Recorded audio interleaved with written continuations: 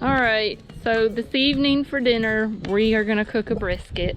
So we started the fire. You need to start your fire about 2 hours because you need a bed of hot coals. This brisket, we're cooking hot and fast. We're not slow smoking it like most briskets are cooked, so check back later. We'll show you how we cook our briskets hot and fast.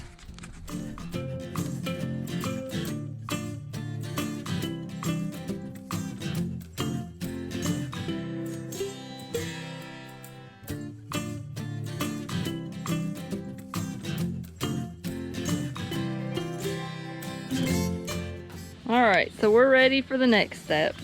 We want our brisket to get some smoke flavor, so I don't think you can see, but down on the inside we got real hot coals. And he just put some new wood on top of that. The heat coming off of this is pretty intense. So we're gonna leave our rack a little bit higher, put the brisket on the rack, and let it smoke for a little bit. Alright, so this is our brisket that's been marinating. We use Dale's marinade on just about everything. We just like it. We're gonna put the fat side down to start with, and that's gonna sear it. It's gonna be hot, and we're gonna have to watch it so it don't catch fire, but we're gonna put fat side down to start. Alright, so we're gonna put the brisket fat side down on the grill rack.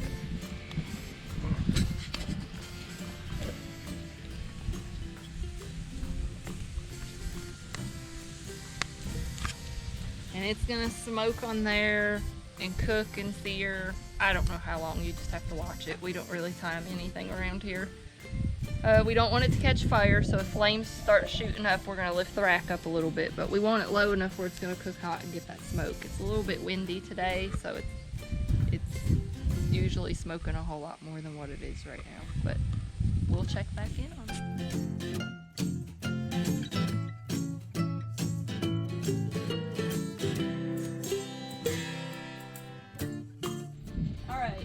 So the meat is done cooking on fat side down. So I have a tray with some foil on it because we're going to take it off of here, hot fire, and cook it in foil.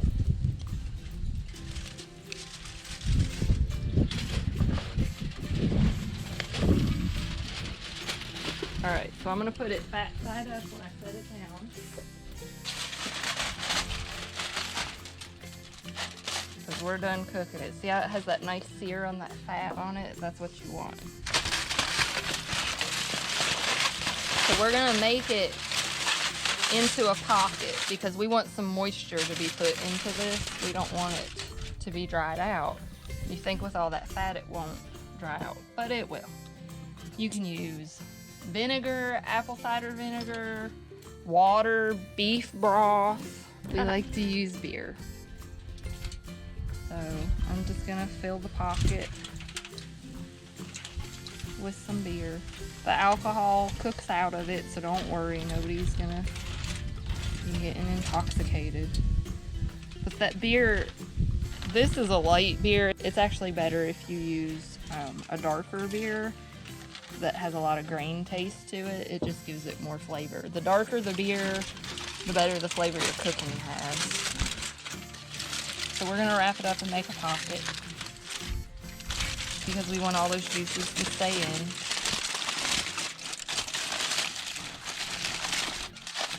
And I like to kind of tent it at the top so that the steam will go up to the top and then roll back down.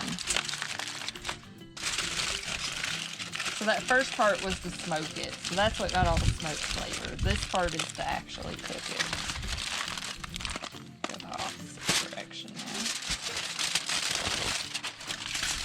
We don't want any of those juices leaking out.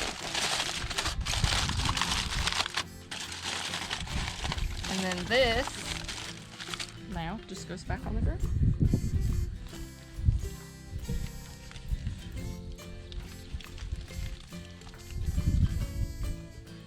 And that's actually pretty hot, but what I'm gonna do, we don't want to smoke it anymore.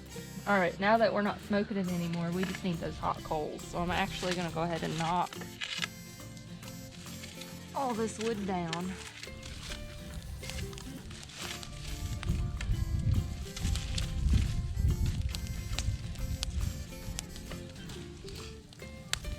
Now, when these flames die down just a little bit, I'll probably lower the meat maybe one more notch. We don't want it to be getting burned up. We don't want to burn our aluminum foil up. So once the flames die down a little bit, I'll lower it, and then we'll just keep cooking until it's done. Take it off the fire and just check it and see how much more cooking time we're looking at.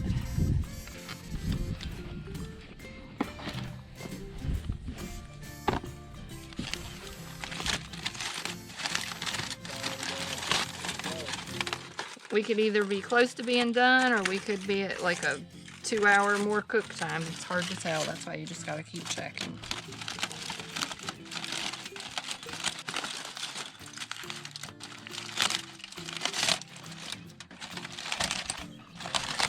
It's very attractive. Okay, so if you see right here, you can tell when it's done. If you see how our fat is, our fat's not cooked yet. That fat should be just melting and falling apart cooked. So we're not near our done cook time yet. So we're gonna cover it back up, and we're probably gonna stoke the fire up a little bit more and put it closer, because we want it to cook hotter than what it's cooking right now. All right, so we just took it off the grill. Check it, it's done. We cut into it. We're gonna get some of this juice because we're having rice. So I'm gonna have some of this juice with the rice. Now we'll just cover it up and let it rest, and then slice it up and eat. And that's it.